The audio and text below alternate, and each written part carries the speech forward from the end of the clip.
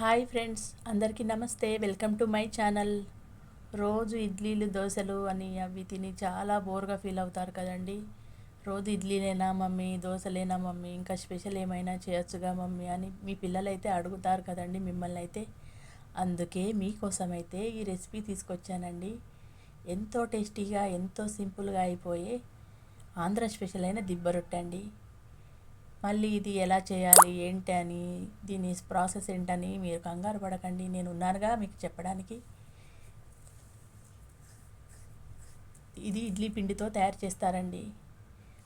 Friends, ఈ video మొత్తం చూడండి, స్కిప్ చేయకుండా.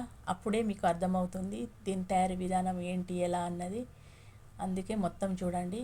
ఇది ఇడ్లీ పిండితో తయారు చేస్తారండి. ఇడ్లీ పిండి ప్రాసెస్ అయితే మీకు తెలుసు కదండి ఎలాగో.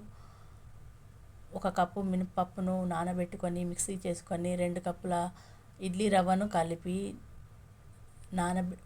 రాత్రంతా పులియబెట్టిందే ఇడ్లీ పిండి అండి. ఇది ఎలాగో మనకైతే తెలుసు కదండి. దీంతోనే మనం దిబ్బ రొట్టెను తయారు చేసుకుందామండి. అది ఎలాగో మీరు కూడా చూసారు రండి. దీని ప్రాసెస్ మొత్తం చూడండి, స్కిప్ చేయకుండా. అప్పుడే మీకు అర్థమవుతుందండి.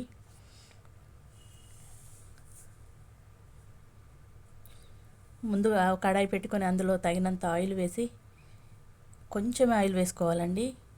ఆవాలు, జీలకర్ర, సన్నగా తరిగిన పచ్చిమిర్చి, కరివేపాకు వేసి దోరగా వేయించాలండి. అది వేగినాక దాన్ని మొత్తం ఇడ్లీ పిండిలో వేసేయాలండి. సన్నగా తరిగిన ఉల్లిపాయ ముక్కల్ని, ఉప్పును, కొత్తిమీర కూడా వేసుకొని బాగా కలపాలండి. ఆ తర్వాత మరొక కడాయి పెట్టుకొని అందులో కొంచెం ఆయిల్ వేసి అది వేడెక్కినాక ఒక 5 గరిటెల దాకా ఈ ఇడ్లీ పిండిని వేయాలండి. కొంచెం కొంచెంగా మందంగా వేసుకోవాలండి. అప్పుడే అది చాలా టేస్టీగా ఉంటుందండి. మందంగా వేసుకొని ఒక 10 నిమిషాలు చిన్న మంటలో ఉడకనివ్వాలండి. లేకపోతే పైన ఉడికి లోపల ఉడకదండి. చిన్న మంటలోనే మొత్తం ఈ దిబ్బ రొట్టెను ఉడికించుకోవాలండి.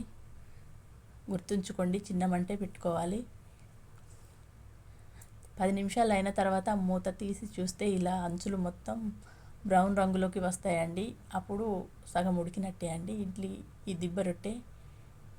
ఆ తర్వాత మరోవైపు తిప్పి కాల్చుకోవాలండి. నేను తిప్పి కాల్చుకునేటప్పుడైతే సగం పక్క విరిగిపోయిందండి. మీరు చూసి జాగ్రత్తగా తిప్పి కాల్చుకోండి.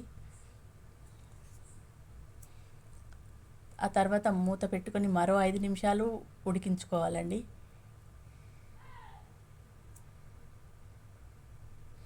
చాలా అంటే చాలా టేస్టీగా ఉంటుందండి. మీరు కూడా ఒకసారి ట్రై చేయండి.